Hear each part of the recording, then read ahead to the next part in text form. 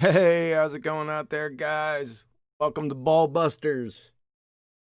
Got a great show lined up for you today.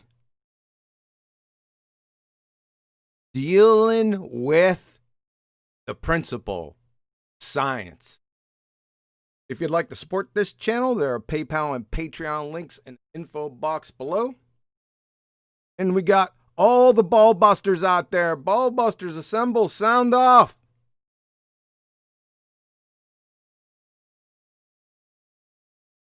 Woohoo! BALLBUSTERS. Yeah, that's what I thought. You see, got my co-pilot. She's vacationing in Tahiti again. I think we got one BALLBUSTER in here. Go ahead, Arwin. Hey, hello, good evening. How's Or, it going? good afternoon for you. Yeah. So we got BALLBUSTERS assemble, and there's only one. That's the way we like it. That's the way we roll here, man. Got each other's back. It's summertime. It's the middle of summertime. Or getting towards the end of summertime, I should say. Yeah, late August or middle of August, people are usually very busy. Yeah, exactly. So those guys are forgiven. I understand. It's just me out here for the most part. I guess I don't have a life. I do have a life, but I put it on hold. Sacrifice everything to bring you the show. Right? I'll never stop as long as I take breath. So what's going on out there, Arwin? How's the weather? Warm. It's heat. A lot of heat. And my show keeps going on like every day as usual. Yeah. I'm sitting through the heat. I do it like it's almost like a punishment because during like the time when I'm live is really when it's the hottest here now during this heat wave. So, but I'm taking it as a challenge and keeping going. And been going great. Plenty of people watching. We all missed the flat Earth debates during the week. I think most of us. Yep. He popped back on Friday, though. I think I seen a show Friday. Yeah. He popped in there. Yep. Nathan's back up. Indeed. Shout out to you, sir. I know you're out there. You're on holiday. A lot of people are taking holiday now, except me. Yeah, I'm not taking holiday, man. Don't worry about it, man. I got this. I got it covered. Maybe we can run through it a little bit quicker this evening with everyone on vacation. And that's not a problem because we're going to get down to the actual meat of the issue. Right? And this is what you need, flat earthers out there. This is what you need to simply deconstruct every single pretender clown ball-tard that you see. Because I've been doing this for somewhere around 4.5 years. I have yet to find one who even understands the scientific method. Right? And what have we been told from the very beginning? Because that's what caught my ear real quick. That in order to believe in the flat earth, you must deny all of science and physics. If I had a dime for every time I was told that, I wouldn't be here. So the next logical question is, since they're implying that, number one, that I have beliefs, and then I must deny certain things, that ipso facto means that they have scientific evidence, right? What? Am I crazy? So when I started asking that, yes, I am. You're crazy for believing them. It's complete projection. They're the ones that don't actually have the science. Exactly. And they know it. Exactly. So that's what I did. I said, okay, where's your scientific evidence? All in. Because I knew they didn't have any. Right? And they still don't. They're still struggling. Like I told you, when I first come out here, they coined the phrase and gave me the nickname Independent Variable John and used to laugh. Actually laugh. I'd say thank you. Right? This went on for quite some time, by the way. Meaning, sounds like an honorary title. Exactly. Meaning they had no clue what it even was. Isn't that scary? Most of them, they're just catching up now. Most of their science education has come from flat Earth. I kid you not. Whatever they know, whatever they're parroting now, they've learned from flat earthers. If you can believe it. I hope you're watching now. And I do this every single time now. Every time I meet up with them, they don't come. Few come near me, even in the arena now. But they know they're going to get the same routine. I do the same thing every single time. Right? And they still don't have an answer. They still get clobbered. Why? Well, it's easy to defend the truth and facts. It takes very little effort. But it takes a lot of effort to pretend you're clown your way and lie. All they can do right now, this is what they do, folks. They play pigeon chess, right? Because as soon as they get a question that they can't answer, and it's usually right out of the gate, then they start over-talking, right? They'll start rumpusing. And then they'll strut around on the board, knocking all the chess pieces over and claim victory. That's exactly what they do. It's been going on for the past 4 weeks in the arena over on 24/7. Shout out to Miggy and Indio and Jose and Jedi over there. Crypto, Chocolate. This is exactly what's been going on. Now, we have a few exceptions to the rule. And not this Tuesday, but next Tuesday, QE Live, there'll be a debate aired between me and a gentleman named Cal. Wait till you hear. This is the exception rather than the rule. And I've never seen this person before. I haven't heard him on the circuit before. He was the exact opposite of what I just said. He was measured. He could critically think. He didn't know all the technicalities. We know that. He didn't pretend that he did know. He answered the questions. He could think on his feet. It's going to be quite shocking, folks. So when I said every single one up until a couple days ago. And like I said, he's not the regular circuit guys. He's just somebody that showed up, right? And I'll tell you, I wasn't the only one that was caught off guard.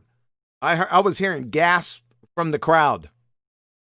So quite impressive, Cal. I'm going to run that debate, and I hope we meet up again. Yeah, I got some wind of that in the after panel situation over on Friday.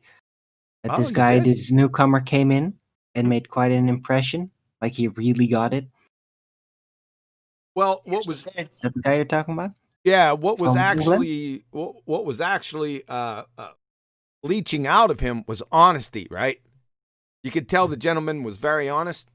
It was self-evident. And that's what was refreshing. Not that he knew the technicalities of everything or didn't know the technicalities. You knew the gentleman was honest. It just permeates right, from his responses. Like I said, the most impressive part, and I even made mention of it during it, that when I'd ask him a question, he was very measured. He wouldn't immediately speak. You could almost hear him thinking about the question before he responded. I was in shock. So, hopefully everyone will join that. And like I said, that'll be next Tuesday. I'll get around to go ahead and taping it and then set it up for the live show, which won't be live. It'll just be that tape debate. All right. I can't see you guys in here. 1 second. We get a few gentlemen in here. We have reasons in here. Brummy's popped in to the show. Let me take you off mute, Brummy. Don't be rumpusing my show now. Go ahead. Yeah. No, got no intention of making a fool out of myself again. I think I owe Arwin an apology and a thanks at the same time. I think when I watched back me fucking going absolutely out of my mind. Hey, watch those F-bombs, man. I got my limit. Sorry about that. what was the word I'm looking for? Yeah, he was very patient, and he took me through the thought experiment. And even when he did give me the benefit of the doubt, I still failed to think critically. And I think what you guys do a great job, and you should keep it up, because even though that a lot of people look down on it and think that it's probably restrictive, but that's how it's meant to be. You can't be bringing your ideas into a scientific debate. So I think you're doing a great job, and just want to say thank you. Thank you. Hey, and I didn't properly introduce you. I just seen you out of the corner of my eye. Reasons, who's called his moniker right now, Reasons, is Brummy or Tommy from a couple of years ago. Tommy jumped on the Flat Earth debate with Nathan, both Nathan and the whole panel, and was very vehement about the globe at that particular moment in time, and was quite vehement with his position. Didn't turn out all that well for him. It led to me toe tagging him officially, right? But he didn't take that personal, and he came back onto the scene. And at first it was a little rough, but then I don't know, a switch turned on. And he is now, I'm not going to say you're a flat earther, but you're seriously questioning things now. Is that correct? I'm extremely skeptical to the globe. And, when I rely on my senses, and I don't experience I experience flat and motionless. And I do see some good alternative explanations for the things that we're seeing. So now it feels like I've found out that my girlfriend's cheating on me, and I'm questioning everything about my relationship with her, so my relationship with the globe, so to speak. I'm questioning everything, and I'm finding some inconsistencies. So especially when I watched my behavior on that toe tag video, I was exactly like spiraling, like every glober does. And you guys, Nathan, yourself, and Arwin tried your absolute best to calm me down, to listen to the question, just to answer it and go through with it. And my behavior was just disgusting. I could not keep calm for a second. I just kept going on about what I was on about. And I felt like it was just a stringent kind of trap sort of thing. I didn't think it was actually, you guys are trying to get to the bottom of what is science and what is not. So my ideas are just, there's no place for ideas. It's a place for proper discussion. But I didn't see that at the time. So yeah, I tried to come into your arena. You fucking literally, I literally went straight into cog this, spiraled out of control again. And then the next day, I give it more thought, come back again, and realize that it's not personal. It's not about what you think or how you feel. It's about what you can prove and what you cannot. And that's it. So I once I really understood that, I had to calm down and start listening and start learning. And it's sort of come on a long way in a short space of time. Yeah, you definitely have. Hey, listen, it's a measure of the man to recognize where when, where, if, how, why he's wrong, and then admit to it. That's all you need to do out there, guys. Be a man, right? Now, before hold on a second, Armin. Shout out to a super chat by Truth Seeker. Thank you, sir. He says, I try to keep up with you, but it's very advanced. So what I do is I avoid making claims or to parrot what you say unless I can explain it. I just refer ballers to yours or Nathan's channel. Exactly. Until you get a good enough science acumen, and we're going to go over a lot of that today, and you keep on doing it, and it. It's kudos. Clap to you, sir. Exactly.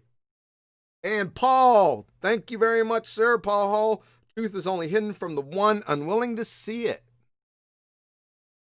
So, profound, gentlemen. Thank you very much.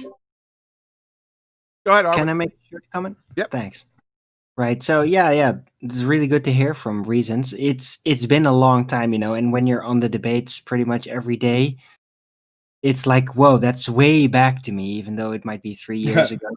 So I don't know exactly. It was really in the beginning, right? When I was still kind of like, yeah.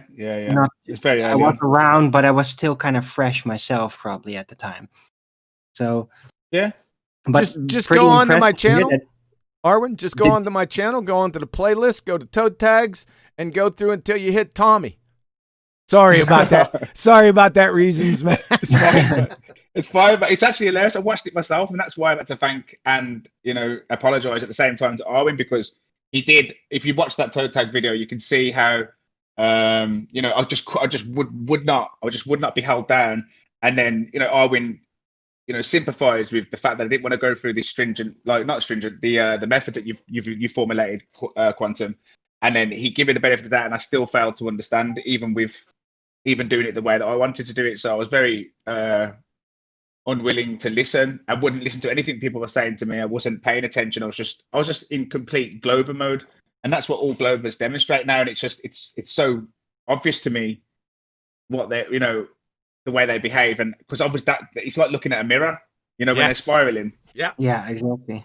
Spiraling. Right. Good. That's a good choice of or way to context it, because that's exactly what it is. It's spiraling.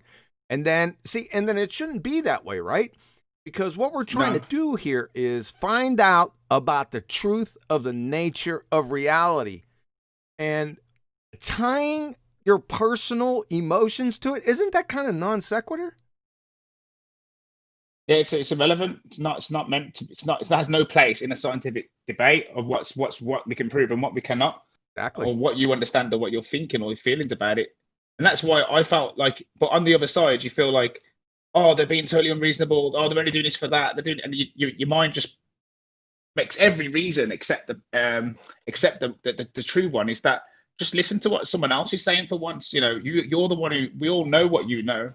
A lot of flat earthers are just looked at as stupid. So Arwen, for example, I never respected your opinions on things, or Riley's, or Nathan's. I just thought that you guys were wrong. So to have that in the basic of your mind, you just don't give any credit to what's been said, and you just refuse to listen because you think these people can't be right because they believe the Earth's flat. So Right. by default, I was dismissing everything because I felt like I was right because But the Earth can't be flat. you were protecting your own dream. You were protecting your dream, and then you feel like you're being attacked because what we're doing is basically, putting the lid off the cover up for yourself. What you're covering up for yourself in order to keep on this amazing dream that's just kind of addictive, Yeah, but So how? I was wondering. but what I was wondering. It's been such a long time. Like, did you have sleepless nights? A certain period. No, as but well? what he did, we're not going to go into the psychology of him. Let's just go off the surface, right, of what he did, which very few people have the capability of doing, is recognizing where they were wrong and then owning up to it, right? That's amazing. That's a very rare quality these days.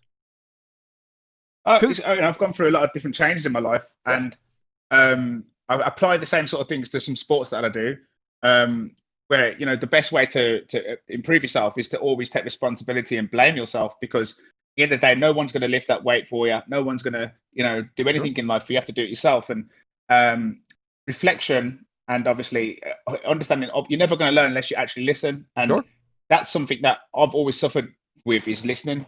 I was never been a very good listener, but so you just got to improve it. Yeah, it's baby steps, but that's it really. Yeah. Hey, listen, we're going to go ahead and get into the presentation. So I'd appreciate you guys if you all go on mute. Mike Discipline, please. We're going to go over the second part, Master of Science, part 2.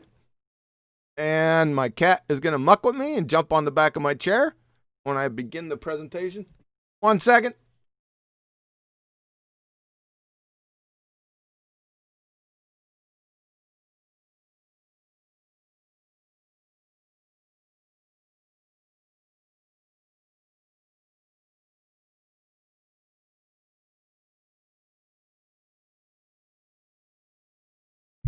Y'all still there? It's not steady, man. As soon as I said I'm going to begin the presentation, he jumped on the back of my chair, man. Gotta love him for that. All right, we're ready to go. Like I said, this is the meat of it. Pay close attention. Hopefully, take notes. Even better. If not, make sure you come back and review this. because this gets right down to it. Let's start off. The king of the scientific method is experiment. It's birthed from the queen hypothesis, which is birthed from the first step of the scientific method. Observe a natural phenomena. The critical indispensable steps are observe a natural phenomena, formulation of a hypothesis, 3, experiment. I don't care what people say. There's different scientific methods. They'll just say that ambiguously. In some disciplines, you'll find different steps. They're not all that different in between 1, 2, and 3. You'll have literature review, data analysis. Sometimes those steps are separate, collect data, and then analyze. Those are just the logistical and admin steps, right? They don't have any material impact. They don't make these 3 indispensable steps any different. If these steps are not found, then guess what?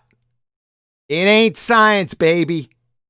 It's pseudoscience, especially if it's masquerading as science and it doesn't have these 3. Why? Well, you cannot have science, natural science, without these.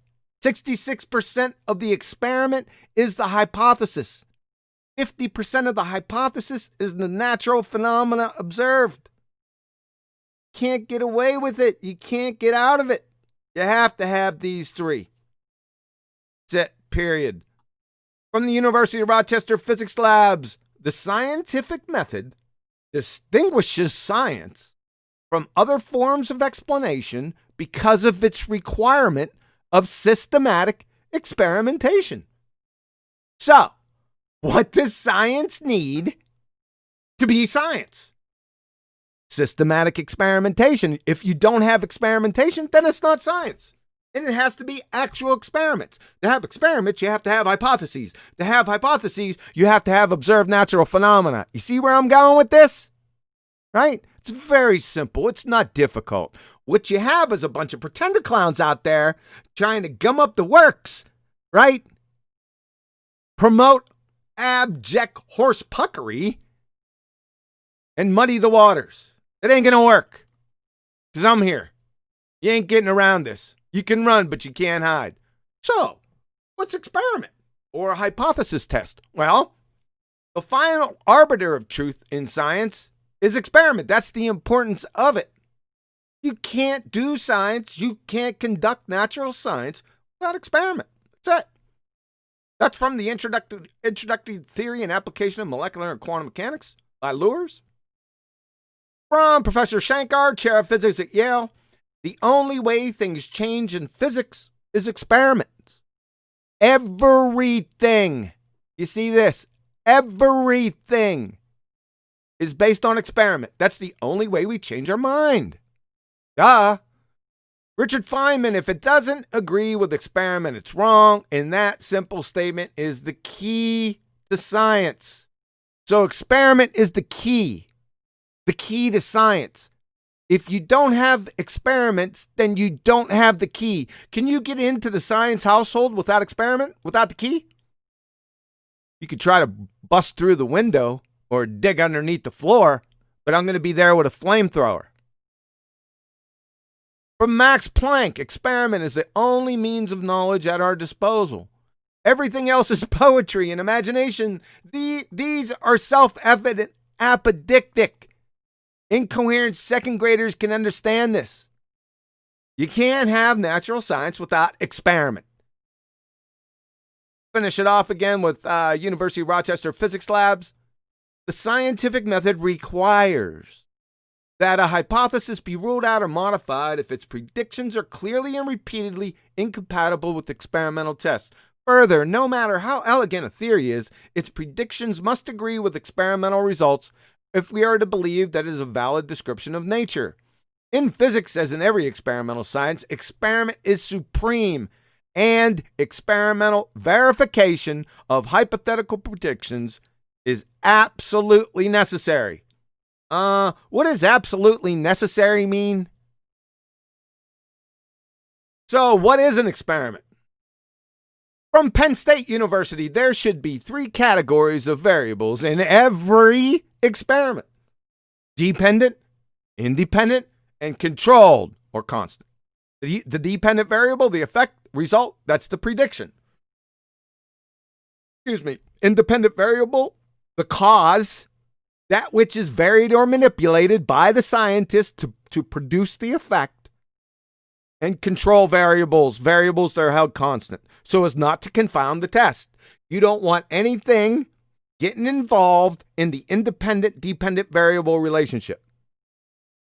So you have to be hypercritical, hyper on top of the game, and control all variables around your experiment.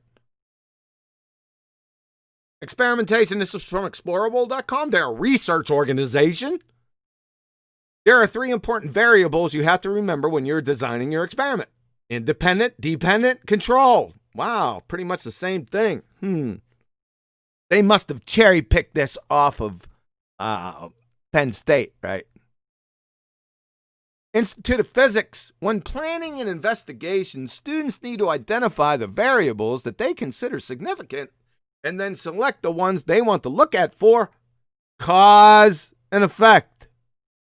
If possible, any other variables that will affect the outcome of the experiment need to be kept constant during the investigation, like I just said above. What are they? Independent, dependent, and control variables. 3 constituent parts. They must be all cherry-picking off each other. Now we got their alma mater wiki. First, they had this citation in wiki, then they didn't. Somebody went in and, since we were jumping all over this, they took it out, and now it's back in again. Well, I haven't checked for a couple weeks. They may have pulled it back out. Who knows? So, wiki experiment. An experiment is a procedure carried out to support, refute, or validate a hypothesis. Experiments provide insight into cause and effect by demonstrating what outcome occurs when a particular factor is manipulated. I wonder what that particular factor being manipulated is. And cause and effect, right? We've been hearing a lot of cause and effect. This says cause and effect. Cause and effect. That's interesting. From Kristen McClellan, The Nature of Science and the Scientific Method. Experiment. Once the hypothesis has been established, it is time to test it. The process of experimentation is what sets science apart from other disciplines. Where did we see that before? We seen that when I first started the presentation from the University of Rochester Physics Labs, right? Because they differentiated science from any other discipline because of its requirement for systematic experimentation. Almost the same statement stated here, right? Interesting. The process of experimentation is what sets science apart from other disciplines, and it leads to discoveries every day. An experiment is designed to what? Prove or disprove the hypothesis? Are you kidding me? I didn't think science proved anything. If your prediction is correct, you will not be able to reject the hypothesis. Prove and disprove and up there. All we hear from Baltards is science doesn't prove things. Well, for the last year, they first started out saying that science proves the sphere ball Earth. Right? It just depends, I guess, on when you ask. Unbelievable. So, if experiment is the king, it comes from the queen. Scientific hypothesis. What is that? Scientific hypothesis is your experiment statement. It expresses a testable proposed cause and effect relationship, and only a cause and effect relationship. According to Sean Carroll, he's even a pseudoscientist, big pseudoscientist. He even knows that the hypothesis is the whole point, right? That's scary. You Baltards don't even know. You're not even parroting the right pseudoscience, for God's sake. California Institute of Technology physicist Sean Carroll arguing in The Edge that hypotheses aren't simply useful tools in some potentially outmoded vision of science. They are the whole point. That's from nature.com. I mean, we're up in the echelons now, folks. This isn't just your rank and file horsepuckery. We're up into the high priests. They even admit they can walk, they can talk the talk, but they sure ain't walking the walk. But they have to talk the talk, right? That's where I get him, because he's correct. From Lowell C, Strategic Thinking for Scientist Discovery, Cambridge University, becoming a successful scientist. A scientific hypothesis is based on what? Cause and effect reasoning. A scientific hypothesis does not merely state X and Y may be related, but explains why they are related. Right? Cause and effect again with hypotheses. That's the fourth time, I think. Third or fourth. From Drexel University, the scientific method is hypothesis-driven. One makes an educated guess to explain, here's that pesky cause and effect showing up again. Well, I wonder if hypotheses or the scientific method has anything to do with cause and effect. Let's check Anne-Marie Helmenstein, PhD, Biomedical Sciences. A hypothesis is an educated guess based on observation. It's a prediction. Oh, another key phrase. Of what? Cause and effect. These people are probably cherry picking each other. That's what's happening. Because we got cause and effect here again. Shocking. From Colorado State, a scientific hypothesis, a special kind of prediction. Oh, keyword again. That forecast how the independent variable will affect the dependent variable. They're getting quite a bit more specific now, aren't they? Let's head back to Anne-Marie Helmenstein. I'm sorry, to Kristen McClellan from The Nature of Science and the Scientific Method. Let's take a look at this. Hypothesis. The hypothesis should also contain a prediction. Oh, keyword again, right? About its verifiability. For example, if the hypothesis is true, then 1 should happen when 2 is manipulated. The first blank, number 1, is the dependent variable. It depends on what you are doing in the second blank. The second blank, number 2, is the independent variable. You manipulate it to get a reaction.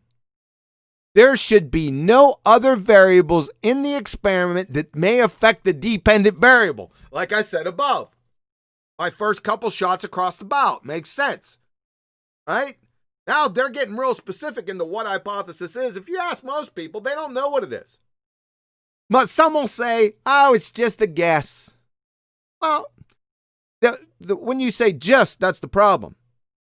It's an educated guess, but there's a little bit more to it, because it has independent and dependent variable in it.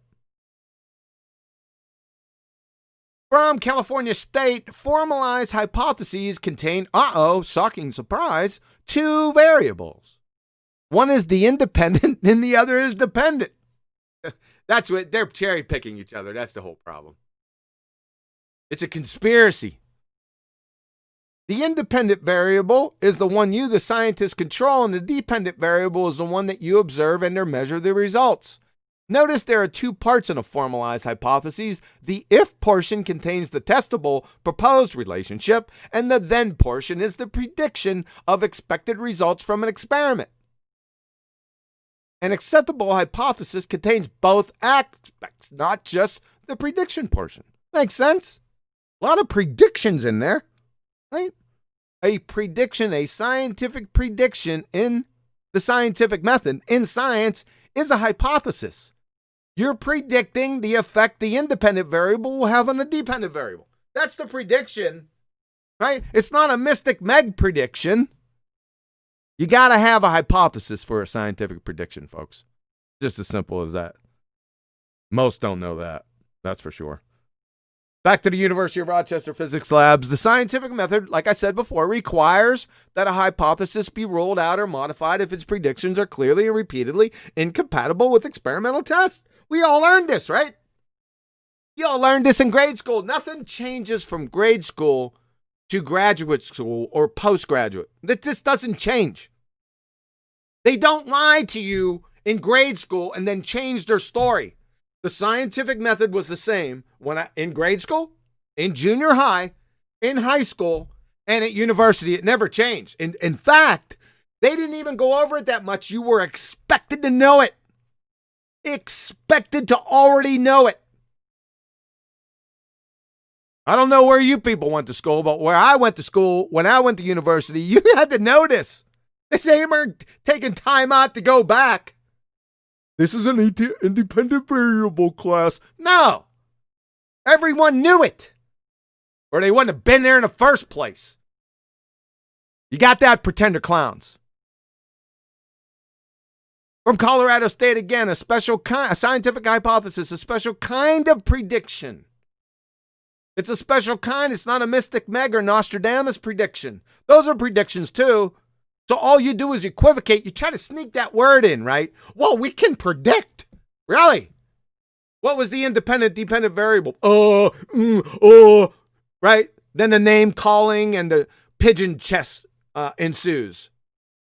Clown shows. And you think no one can see you? You're not cloaked. So let's get specific here. From North Carolina State, in an experiment, the independent variable is the variable that is varied or manipulated by the researcher. Not by nature, not out of its own volition. Manipulated by the researcher. Can you read? And the dependent variable is a response that is measured. An independent variable is the presumed cause, whereas the dependent variable is the presumed effect. We have an antecedent-consequent relationship. The IV is the antecedent, whereas the DV is the consequent. That means no IV, no DV. Because the IV is the antecedent. Right? This is what makes it a cause and effect relationship, because buried within the hypothesis, the independent variable is the cause and the dependent variable is the effect. That's why it's only a cause and effect relationship that we deal with in science. Actual science. A scientific hypothesis is a supposition. Oh, well, what's a supposition? From Merriam-Webster, something that is supposed. A hypothesis. A valid scientific hypothesis establishes a tentative, possible, i.e. supposed, cause and effect relationship, which will either be confirmed or invalidated by the experiment. It's only presumed or supposed in the hypothesis. We're going to find out if it's the actual cause in the experiment. It doesn't stay the presumed cause forever, ever, and ever, amen, just until you test it. Then it's either the cause or not. The cause and effect relationship is supposed. However, the independent variable, the cause that it's existent, isn't supposed. It's a very important point. For example, alternative hypothesis. Given otherwise healthy type 1 diabetes patients, the lack of insulin will lead to diabetic ketoacidosis, right? That's a valid hypothesis. The independent variable or the cause is an insulin or the lack thereof. The dependent variable, the effect or the prediction is diabetic ketoacidosis. Now, here's the rub. You see, I'm not supposing or assuming the existence of the independent variable. It's insulin. Right?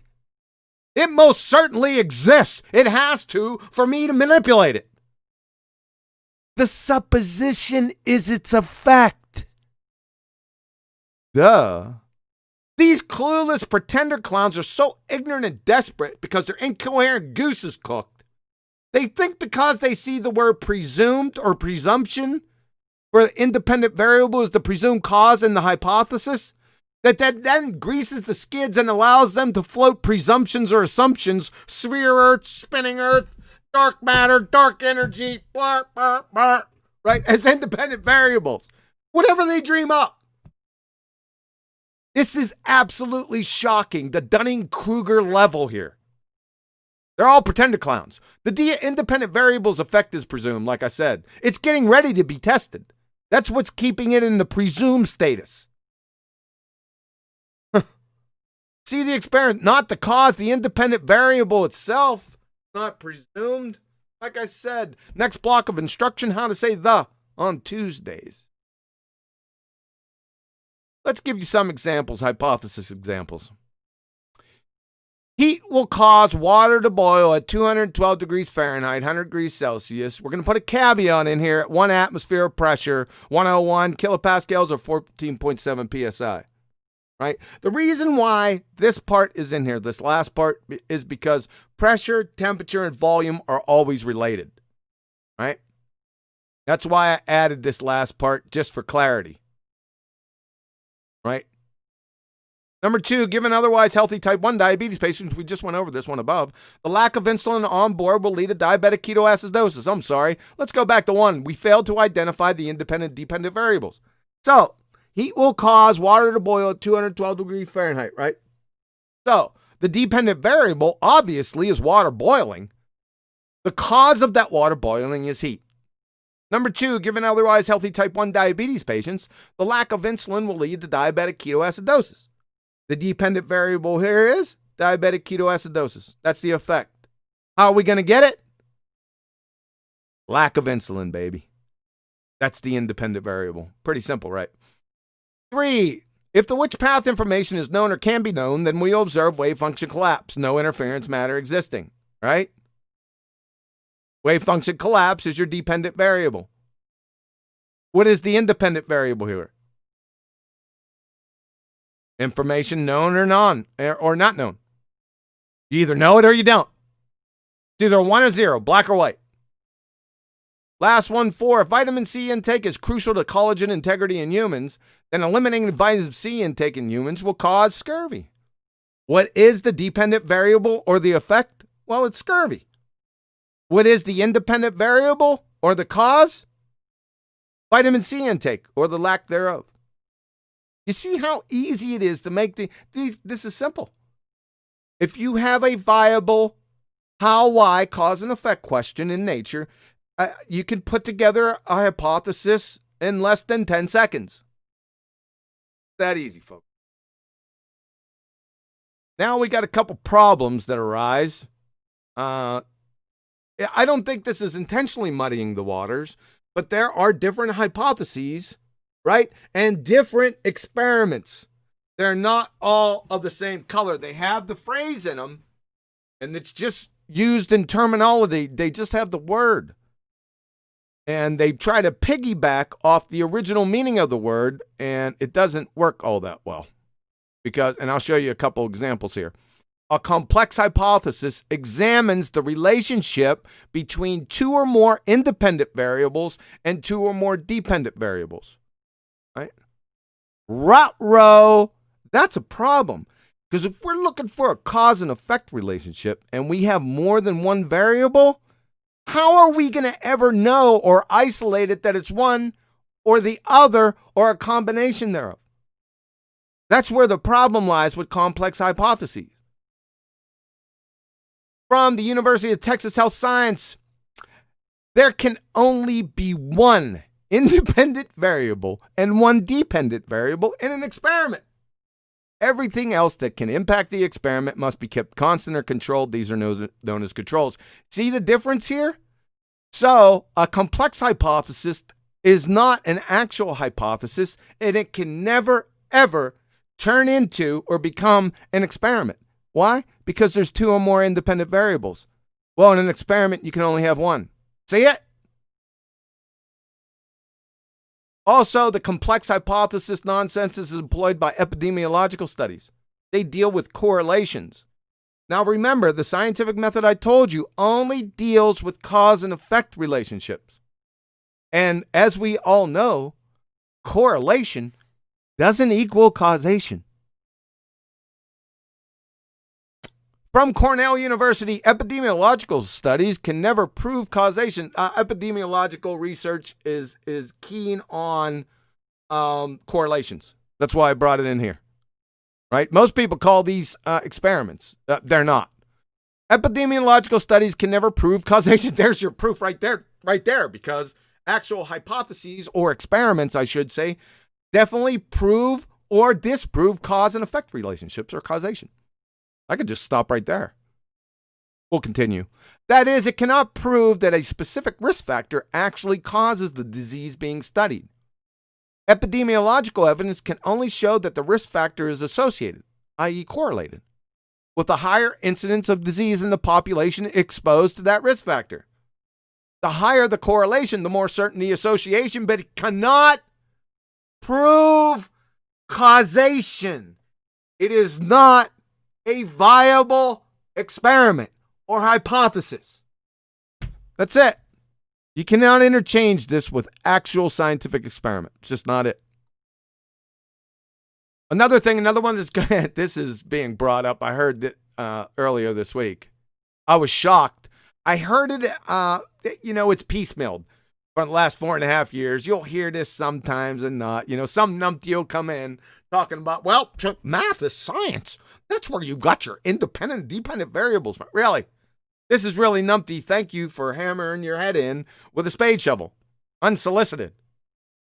Back to Anne-Marie Helmstein, math variables. A variable, listen closely. A variable is any factor that can be changed or controlled. In math, a variable is a quantity that can assume any value from a set of values. A scientific variable is a little more complicated. Plus, there are different types of scientific variables. That's the difference between scientific variables and any mathematical variables. They've got the same name, this variable thing, right? But they're not the same animal. That's where you're getting confused, baltards. This is where I jack your yard. Right? Look at this one. A variable is a quantity that can assume any value from a set of values. Independent variables can't assume any value, and they're not values anyway. My word. Dependent variables can't assume any value, and they're not values. Unbelievable. Scientific variables are associated with the scientific method, obviously. Variables are things which are controlled and measured as part of the scientific method. That's what the scientific variables, are different from math variables. I mean, this is, what, 4th, 5th grade at best? Let's go through what an independent variable is. From Penn State University, independent variable, it is what is varied during the experiment. It is what the investigator thinks will affect the dependent variable. From Colorado State, independent or manipulated variable, the variable changed by the scientists. What the investigator is testing. You see who it's changed by? Very specific, right? Again, University of North Carolina. In an experiment, the independent variable is the variable that is varied or manipulated by the researcher. Again, not by itself, not from nature. Nature doesn't have purpose. It's not thinking. And the dependent variable is a response that is measured. An independent variable is the presumed cause, like we talked about, whereas the dependent variable is the presumed effect. The IV is the antecedent, whereas the DV is the consequent. A lot of people have problems with antecedent-consequent relationship, like necessary antecedent-consequent relationships, differing from sufficient causes versus necessary. Yeah. You need a lesson in logic, by the way. Institute of Physics, again, listen, this is, if you can't get this, I can't help you. Independent variable, the variable that is deliberately, on purpose, changed by who? Changed by the researcher or the experimenter. University of Southern California, the independent variable, the variable that is stable and unaffected by other variables you are trying to measure. It refers to the condition of an experiment that is systematically manipulated by who? The investigator. It is the presumed cause. I mean, this is pretty much slam dunk territory. You get a lot of, they must be cherry picking each other. Remember, this is an important point. Remember, that viable independent variables must satisfy 3 criteria. Excuse me. Number 1, most importantly, it is your presumed cause. Number 2, the researcher must be able to vary and manipulate. I'm getting a lot of this lately. Well, it's the independent variable. We can vary and manipulate it. Really? Is it the cause of the effect? No? Then it can't be a viable independent variable. This trumps everything. It has to be your cause. It has to be. Just because you can vary and manipulate it doesn't make it a viable independent variable. It must satisfy all three criterion. All three. The third one, the independent variable must demonstrably exist before you can use it in an experiment, right? Makes sense? If something doesn't exist, it's not the cause of anything, and you damn sure can't vary or manipulate non-existence of something. Like I said, all three criterion must be satisfied, not just one. We went over this before. Height, depth, width, length, distances, and time. These are all concepts, folks. They are not viable independent variables. Give you some examples. Number one, the submarine was crushed at a depth of 10,000 feet. Did depth cause the sub to implode, or was it pressure? Number two, the gentleman was so obese he measured 1 meter wide. Did width cause obesity, or was it laziness combined with excessive caloric intake? Number three, over the course of the night, the sun suddenly appeared above the horizon. Did time cause the sun to appear above the horizon? Does time cause the difference of scores between the first and third quarters? Does time cause the turkey to be cooked on Thanksgiving? Or was it heat? You see how silly these are? I mean, it's a crying shame that I need to actually argue with adults for half an hour, hour and a half over this. Why do I need to do that? Something that a second or a third grader can reconcile in less than a Planck time. In between iterations of Candy Crush. Another important point, the null hypothesis. Null hypotheses. From California State at Northridge, to do a hypothesis test experiment, you will actually have two hypotheses. The null hypothesis and the alternative hypothesis, which are stated in such a way that they are mutually exclusive, i.e. you can't have both hypotheses be true. The null hypothesis is the conclusion that is considered the default. You will accept this hypothesis if you fail to find sufficient support for the alternative hypothesis. So if you can read between the lines, the entire goal of the scientific method is to falsify or reject the null hypothesis. Well, how do you do that? Well, with the scientific method, you directly test the alternative hypothesis. Because if it fails, guess what? Yeah, that's what I thought. Jeez. The null hypothesis, the zero difference or no difference hypothesis, predicts, there's that word again, that changing one variable, the independent variable, will have no effect on the variable being measured, the dependent variable. Right? This is pretty self-explanatory, folks. Null, zero difference. What does null mean? Zero difference or no difference. Right? There's no cause and effect.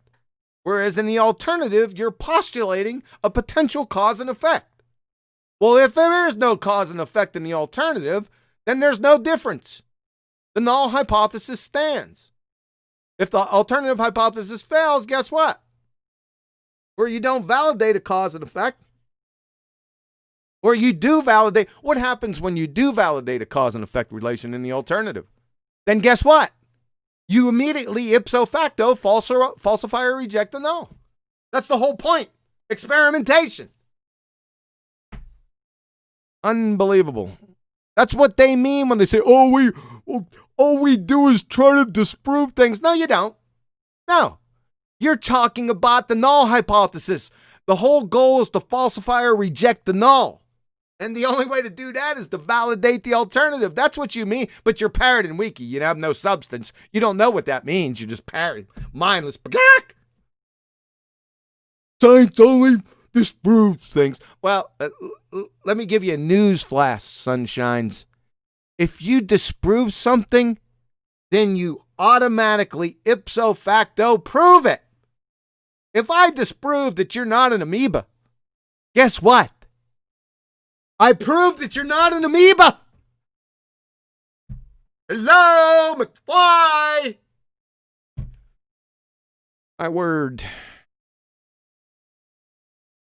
Like I said, the alternative and null hypotheses are stated in such a way they are mutually exclusive. Both can't be true. Let's do an example. Observe a natural phenomenon. We'll head back to type 1 diabetes. Healthy type 1 diabetics suffer from diabetic ketoacidosis, apparently from the absence of adequate insulin. The alternative hypothesis, given otherwise healthy type 1 diabetes patients, the lack of insulin will lead to diabetic ketoacidosis. Well, what's the null from this alternative? If it's mirror image, the ipso facto mirror. Given otherwise healthy type 1 diabetes patients, the lack of insulin on board will not lead to diabetic ketoacidosis. So will, in the alternative, will cause an effect. The null hypothesis will not cause an effect. See how easy that is? That's all it is. They can't both be true. They're mutually exclusive. The dependent variable in this scenario, or the prediction, is diabetic ketoacidosis. The independent variable, the cause, is insulin, or the lack of. In conclusion, let's take a look at what these three are. See if I can get this. Hopefully you guys can see this on here. I can pop it up. That's a little better. All right. So we have the alternative, the null, and the experiment. How do they relate to each other? So in the alternative hypothesis, you have the independent variable plus the dependent variable. That's the cause and the effect. That equals a prediction of cause and effect. With the null hypothesis, you have the same independent variable. You have the same dependent variable. Prediction of not cause and effect. That's it. The zero difference or no difference, null. Experiment, independent variable, same one up here that's in the alternative. Dependent variable, same one. All now that is changed is we add control variables. That's all that differs between an experiment and a hypothesis. That's why they call it a hypothesis test. You just need to control certain things so they don't impact the relationship between the independent and dependent variables. Prediction of cause and effect. All right? Take this in.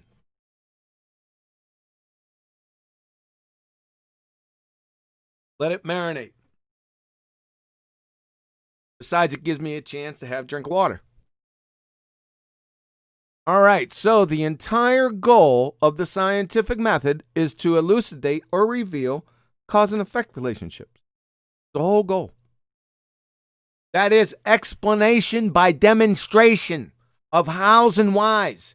That's what scientific theories are, not describing the whats and the is's. That's not science. We don't want any descriptions. Okay? Now, it's okay to describe. I'm not saying that. Let me take that back. I'm not saying that descriptions are evil and bad. I'm not saying that, and you shouldn't do them, right? It's perfectly reasonable to describe. Just don't call it science. It's not. Any moron can describe something using any convention they dream up and get people to agree on, right?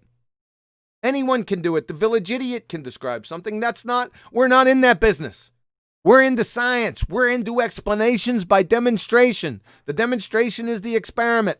Explanation is the hows and whys. Descriptions are whats and is's. That's the big difference. There's a giant abyss between these descriptions and explanation that can't be breached. Let's test it out. So, I'll give you a few scenarios. Identifying a mitochondrion or a Golgi apparatus, et cetera, in eukaryotes, is that science? You have to ask yourself a question. Identifying mitochondrion or Golgi apparatus? Is that a what is question or a how, why, explanation, cause, and effect? Looks like a what is question to me, but it sure sounds science-y, right? It's not friggin' science, folks. It's not. Identifying the spin of an electron. Is that a what is question or an explanation, how, why, cause and effect question? Looks like that's a what is question to me. Boy, it sure sounds sciencey, though. Right?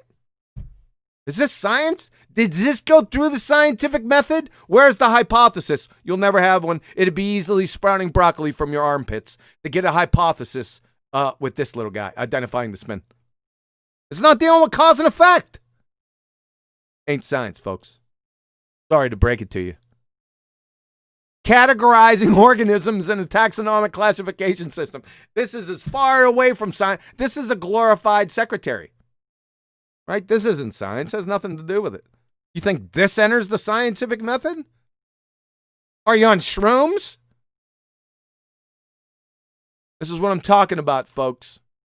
This is what I'm talking about. You have to be able to think on your feet and evaluate. I've already given you the algorithm.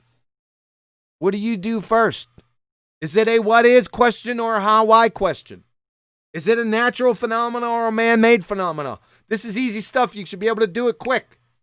Quick, within 5 seconds. As soon as the ball-tard spinning space monkey pretender clowns bring it up, get them quick. Quick. 1, 2, 3, boom, end it. Make me proud. We'll stop off at maths for a second. This is hilarious. Maths isn't science or physics, right? Much like a tape measure isn't carpentry. One of the main reasons is they're kind of different words, math and science. From Professor Blackretion and Professor of Physics, ITT Madras, discussing quantum physics, Heisenberg's uncertainty principle. That's the whole point about physics. It's not mathematics. Has nothing whatsoever to do with it. Because mathematics can only describe. Actual scientists are in the business of explanations. Remember the difference I said between explanation and descriptions. There is a great chasm with an abyss between the two. You cannot breach. It cannot be breached. They're category errors. That's the whole point about physics. It's not mathematics. So it's not a set of axioms from which you derive results. The rules of the game you prepare to change and subsume in an even broader framework.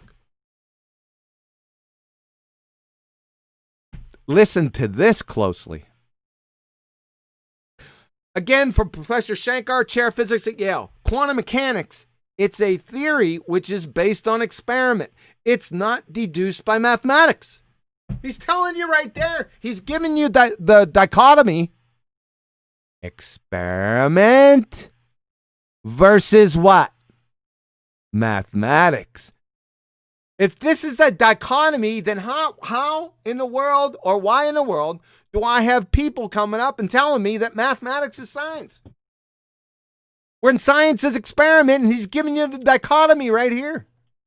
How can that be? Well, because they're numpties. Maths don't prove reality. 1 apple minus 6 apples, -5 apples. Show me -5 apples. This is my favorite one. I used to get them back in the day with this evolutionists, right? Because they also use their little, that's where the ballers got all their math. Math is science. Math is reality. Really? So math is science. Okay, well, as soon as I said germ theory, they would have to acquiesce. Because I would say, is germ theory science? They must acquiesce and say yes. That being the case, germ theory guys, being science, give me the equation for germ theory. You want to hear the name calling after that, right? But it perfectly follows. If science is math or math is science, then you must have a equation, the germ theory equation. Oh boy, did they go down in flames in that. I don't know, folks. I can't get any more simpler. I can't break this down any further. Math is immaterial, it's abstract, rigidly domain specific, and at best merely describes, like I'm telling you above. It explains exactly squat, nada, niente. Conversely, actual scientists are in the business of explaining phenomena by validating and invalidating cause and effect relationships between independent and dependent variables via rigorous hypothesis testing. See the difference? Can you show one case in all of history where mathematics caused any phenomena? Can you do that? Well, no, because it's non sequitur. Can you show the laws of motions, equations causing a billiard ball to roll across the table? I like this one. This was an oldie I used to bring back up, bring up back in the day. According to mathematics, there's an infinite distance between point A and point B. It's called Xenos Paradox. That is, if I shoot an arrow from my back porch to the tree 20 feet away, the arrow should never reach the friggin' tree. Just based on mathematics, right? We got it blocked off. Just mathematics. That's it. Can't get around this, right? Because you can, conceptually in mathematics, you can half the number forever, infinitely. Of course, infinite doesn't have any basis in reality or mathematics, by the way. Just a concept. Here's the favorite one, right? I busted this out last night. It's been a while since I busted the whole list out, but we'll go over them. Right? Models. If you had a dime for every time Baltards appealed to models, right? You wouldn't be here, would you? No, because they just models. Why? Where would they get that? Well, from Wiki. That's where they get it. They just mine their entire epistemology. That is, the theory on how we know things is Wiki. If Wiki would all of a sudden shut their doors, right, there would be no more Baltards out here. They might last for a week or so, some of the things they copied off it, but, give it 2 months, there'd be no more Baltards because they can't parrot Wiki. They don't know how to research. They don't know what science is. But I digress. Models, right? Well, let's take a look. Models are just reification fallacies. If you use them to prove your reality, they're reification fallacies. From their alma mater Wiki, let's use their own words or their own source to destroy them. Reification, also known as concretism, hypostatization, or the fallacy of misplaced concreteness, as a fallacy of ambiguity. When an abstraction, that is an abstract belief or hypothetical construct, is treated as if it were a concrete real event or physical entity. In other words, it is the error of treating something that is not concrete, such as an idea, as a concrete thing. A common case of reification is a confusion of a model with reality. The map is not the territory. Now, what they're not saying, if you pull out a map and find your way to your destination, they're not calling that reification, right? It's using that map and only that map to prove the nature of reality. Does everyone follow that? And a couple people said this, more than a couple people.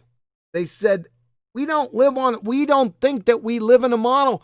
Well, we never said that you did. That's not what we're talking about here. That's not a reification fallacy. That's batshit insane, right? That's not what we're saying. You don't understand the argument brought against you. We're not saying that you're saying that you're living in a model. No, we're not saying that. We're saying that you're using your model that you created, that you conjured, as proof of the nature of reality. That's reification. Do you get it, sunshines? Well, what are models? Let's define this monkey. Let's see how many different ones we got. Let's go to Stanford. This is hilarious, folks. Listen to this. Models in science. We have probing models, phenomenological models, computational models, developmental models, explanatory models, impoverished models, testing models, idealized models, theoretical models, scale models, heuristic models, caricature models, didactic models, fantasy models, toy models, imaginary models, mathematical models, substitute models, iconic models, formal models, analog models, and instrumental models. What? What on earth is this? So guess what I'm going to ask you? I'm going to ask you what model you're talking about. And then I want you to explain it. You don't know what it is. Hell, they don't even know. In the same reference, from Stanford. Listen to this, folks. Models play an important role in science, but despite the fact that they have generated considerable interest among philosophers, there remain significant lacunas in our understanding of what models are and how they work. Can I ask you a question? What does lacunas mean? Right? What does lacunas mean? I'll tell you. A blank space or missing part, a gap. So significant missing parts, blank spaces, or gaps? Yeah, sure sounds like science to me. You're done. You're finished with your fairy tale models. Unbelievable. This is what an actual scientific model is. Hold on to your hats, folks. You ready? From the University of Indiana Chemistry Department, listen closely. The important point that Becker introduced is that the explanation of a natural phenomena, i.e. model theory, they equate these two, but I digress. That's a train wreck. Must be testable by experimentation. In other words, this is the key. In other words, once a model is proposed as an explanation of a phenomena, it can only be considered a scientific model if it can be objectively tested by experiment. So, whenever you appeal to models, guess what's coming next? Guess what's coming at you? Let me show you something. So, you have a scientific model. Okie dokie, natural phenomena observed, please. Alternative hypothesis, please. Independent, dependent variable, please. Null hypothesis, please. That's what you're getting. You're getting it from me, right? I'm mandated to do it, especially if we're talking science. I'd like to go through these with you too and figure out, see if you guys know what these are. My word. You talk about a convoluted gaggle screw, and then a train wrecks himself in the end. Too funny. Can't make this stuff up, folks. Let me finish up with this. All right. Common mistakes in applying the scientific method from the University of Rochester Physics Lab. This is very important. And well done. The most fundamental error is to mistake the hypothesis for an explanation of a phenomena without performing experimental tests. Sometimes common sense and logic tempt us into believing that no test is needed. There are numerous examples of this dating from the Greek philosophers to present day. So what is so funny here is that we're not even getting these guys.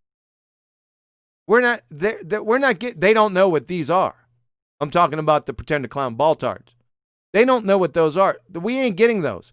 We're just getting this.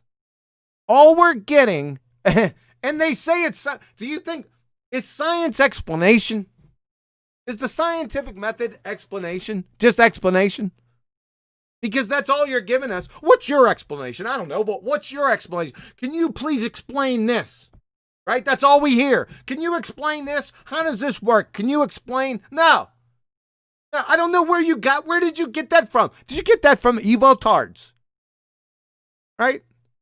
Explanation. Everyone has an explanation. Just go down to the street corner to your average village idiot, common one. He'll give you an explanation.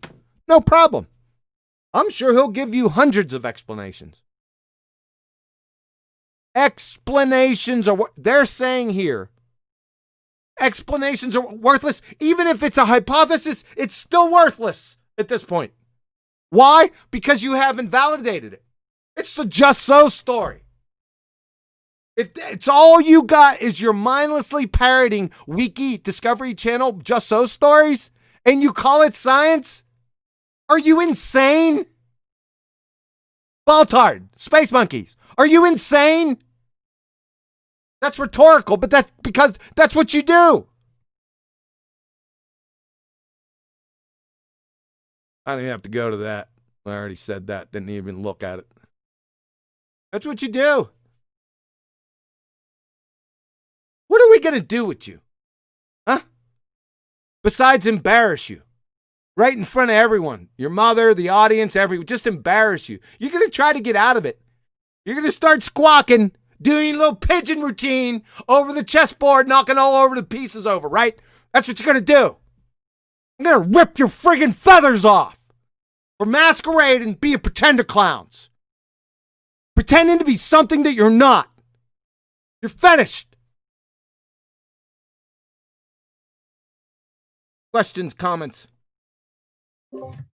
Pluck 'em, John. Pluck 'em. Sorry, got wound up there in the end.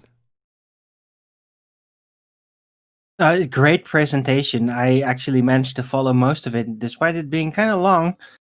It was really to the point and structured. And yeah, I actually kind of wanted to ask somebody, hey, could somebody do a refresher on the different fallacies and all that? And yeah, I got what I wanted. You're Just welcome. be part of the BALLBUSTERS team. Yeah, I just love it when you done the chicken one and they go, model! Because they literally come out of it just like that. Dude, I got to add my pieces of flair, man. I mean, this stuff, is pretty dry. So, got to add a little passion behind it. I think it's self-evident, apodictic. Everyone knows this, right? Everything that I went over, yeah, they may not know that the small, minor detail specific, okay, what's an independent variable, this and this, and, the little nuances and stuff. But everyone knows this. If you went to school, you know this. You know 90% of what I just said. You know it as absolutely true. Most people have conducted experiments. They had to, right? A lot of people haven't. It just depends on when you graduated high school. I understand that. But back in the day, we had to do experiments. We had to identify the dependent and independent variables. We had to do all that stuff. We had to conduct the experiment, provide our results, right? And if we did it wrong, our science teacher made us do it again, right? Till we got it right. That's it. This is very simple stuff. This isn't rocket science, man. This is launchpad security. Right? Or standard of education. It has really degraded over the decades. So. All right. It looks like all the BALLBUSTERS. Dude, I said assemble. It's me and Arwen. Arwen, thanks for showing up, man. I appreciate that. I understand. I'm not going to dog those guys out. I know the deal, right? I'll be expecting an excuse, though. And it better be good. Nah. You guys are fine, man. I got it. Let's go with concepts. We're going to go down the list. Let's see if we got any people with any questions, comments, stuff. Let's see what time we got. Yeah, we got some time. A sphere on paper. I don't know who you are, dude. You're live. You're on air. Hopefully you can come through. You should. Everyone here in Arwen, so you should be good to go. Anything? Not a problem. Thank you very much for coming. Concepts or causes? That's pretty funny. Who is that? Oh, I know that avatar. It looks like Paul. Paul, what's up? Paul, there you are. I can't talk as loud. Oh, he can't talk. All right, sir. Gotcha. Yeah. Crit, what's up, man? Are you on? You're on mute. Yeah, try it now. There we go. Okay. Yeah, I loved it. It was really good. I watched it with Household 6, and she approved also. So I've got, it was really nice presentation. Thank you. And then a shout out to you also, sir, for being the most recent Patreon member. Thank you, sir. Yeah, I definitely loved it. I've been thinking about it for a very long time, and a lot of stuff that's been happening lately. You're definitely a leader in the community, and great things to come. Thank you, sir. I appreciate that. Anything specific on the scientific method? No, I mean it's you nailed it. I mean, there's nothing really more to add. You covered virtually all the bases there. That's what I tried. Go ahead. Yeah, earlier today they did the thing where they talked about a model, and I was like, "What's your hypothesis?" And then they pulled out that 50 where the breaking the dome, like the dome killer. I'm like, well, then in this P, you assumed a dome. So where is this dome that you assumed? Yeah, I already did a rebuttal to that. It's called the Retard Manifesto. So just go to my channel and you'll see the Retard Manifesto. It's not that long where I ripped that thing to shreds. So, yeah. Is this their new doublethink strategy where by assuming what the opponent thinks, they assume they win? Like, no, we got your argument before you did, so we win. Something like that. I don't know. I don't. It's really bad. Their argument about Gay-Lussac's law. It's put together with Neolithic incompetence. A child could have put something together, and I took it apart in the Retard Manifesto. Where is that? Like I said, just go to my channel. It's I think I put it in the toe tag list. Make it easy. Just go to the toe tag playlist and then scroll down. You'll see the Retard Manifesto. Got a big scroll on it. Right? That should hook you up. All right. Anything else, Crit? No, that's it. Great show. Appreciate it, man. Thank you. Neil. What's up, Kiwi? You know me. I love it.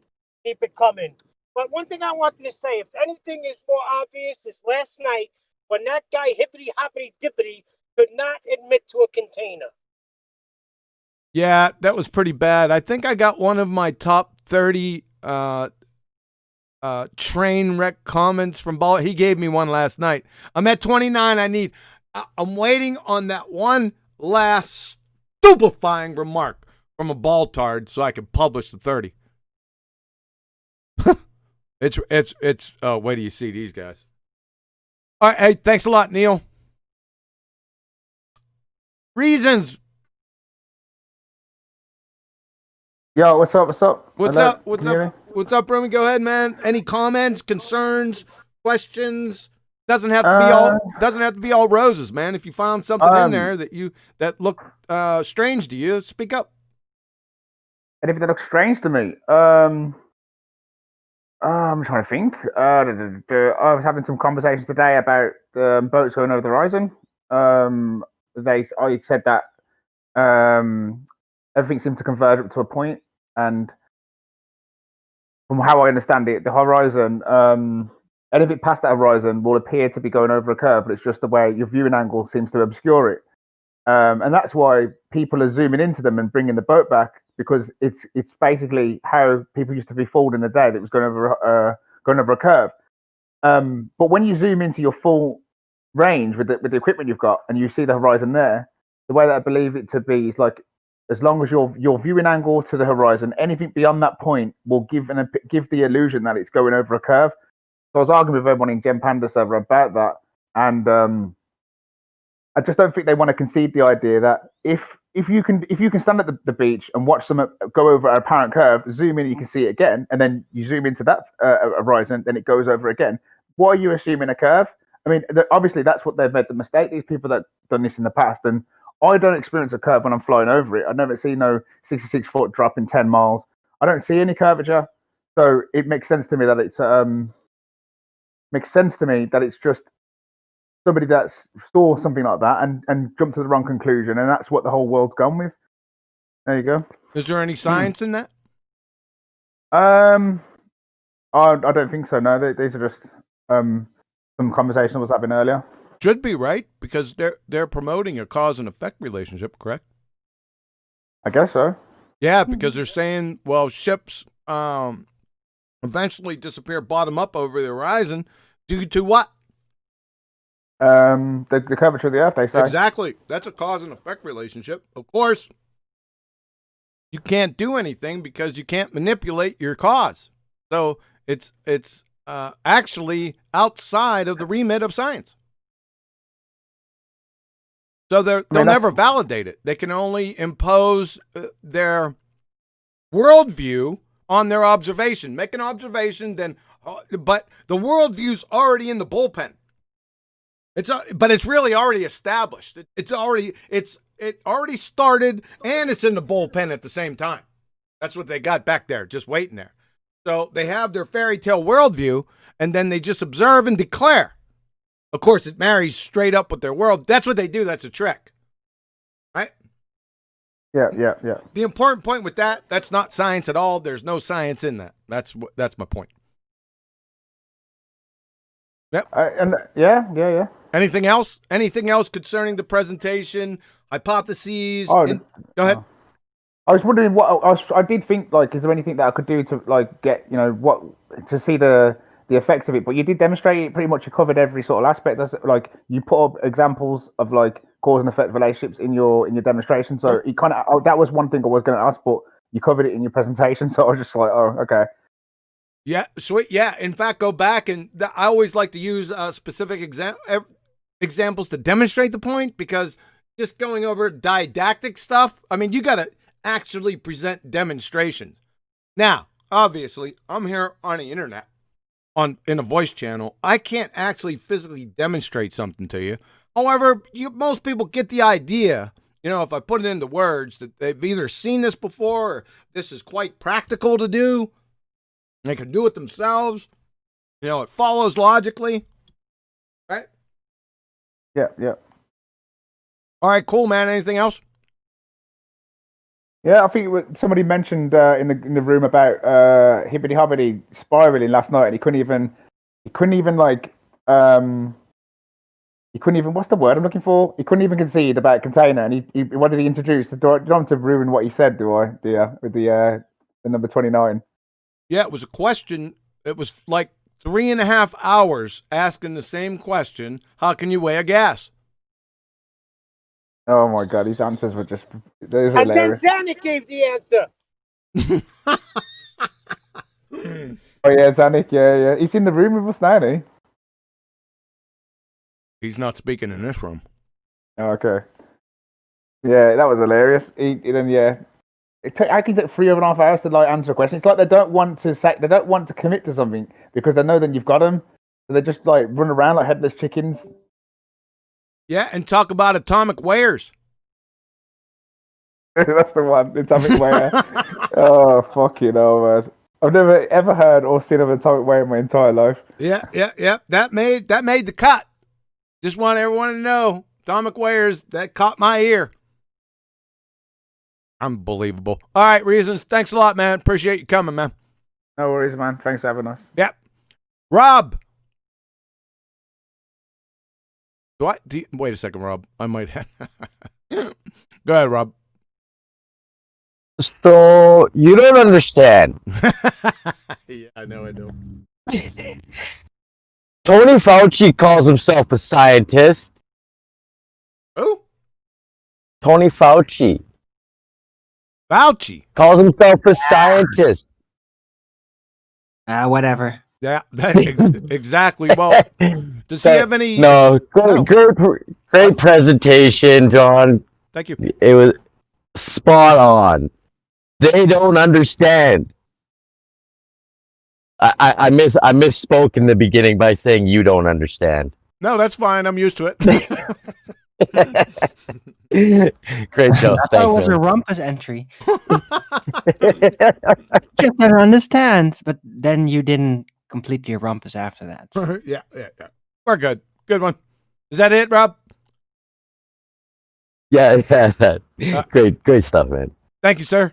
Let's go to Skeptical. What's up, man? Yo,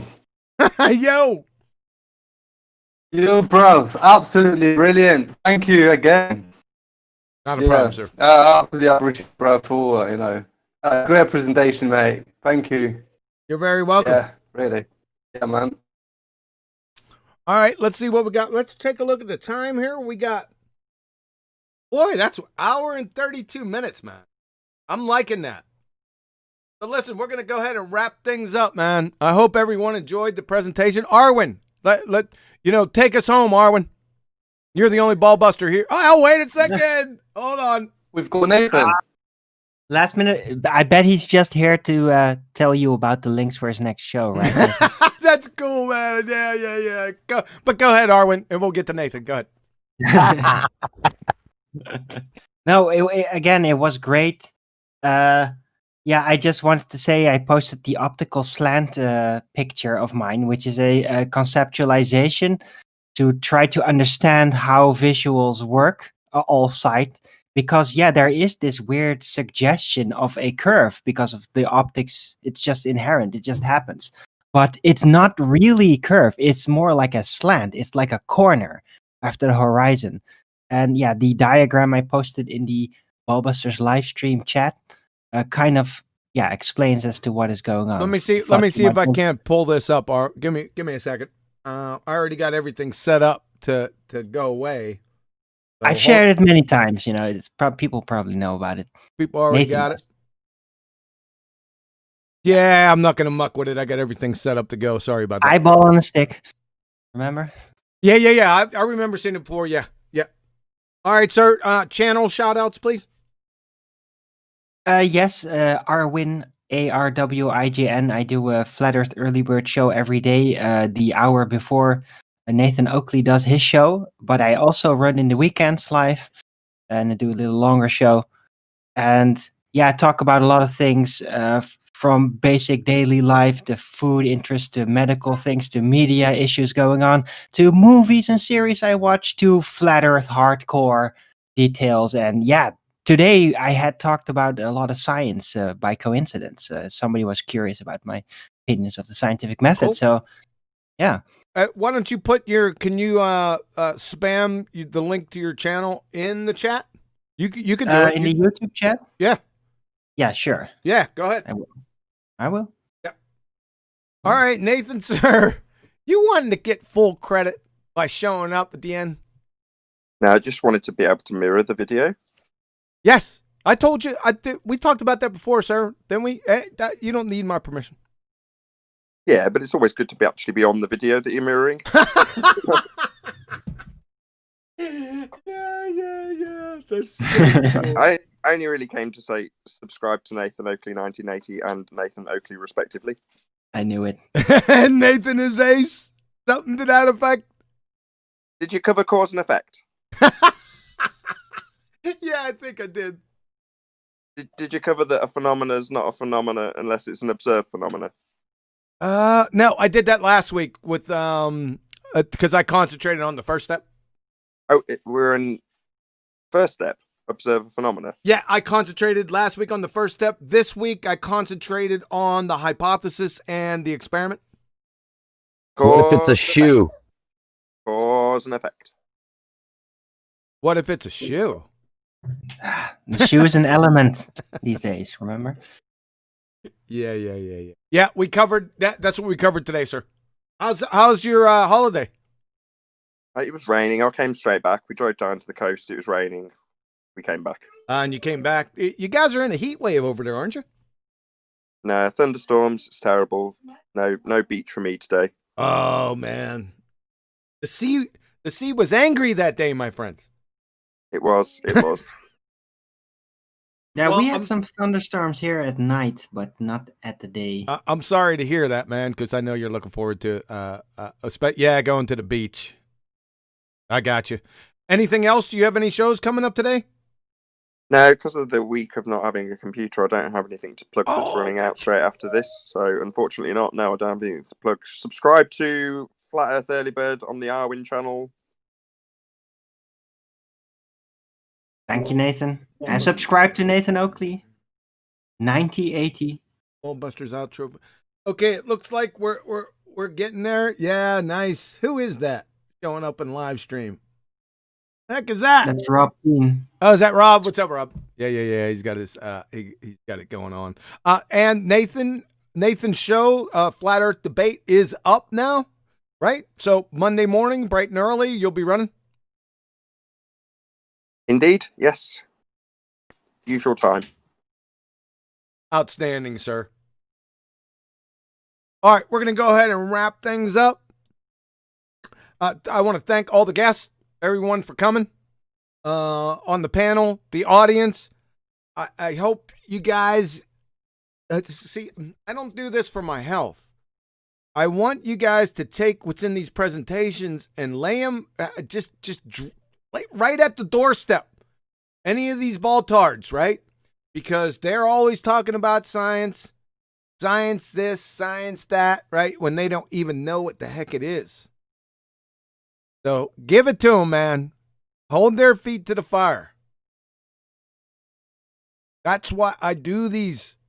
Study it. If you don't know it technically, if you don't know the details, then go through it a few times. It's not that difficult. You could put them right up against the wall in less than 5 seconds, and it's over for them.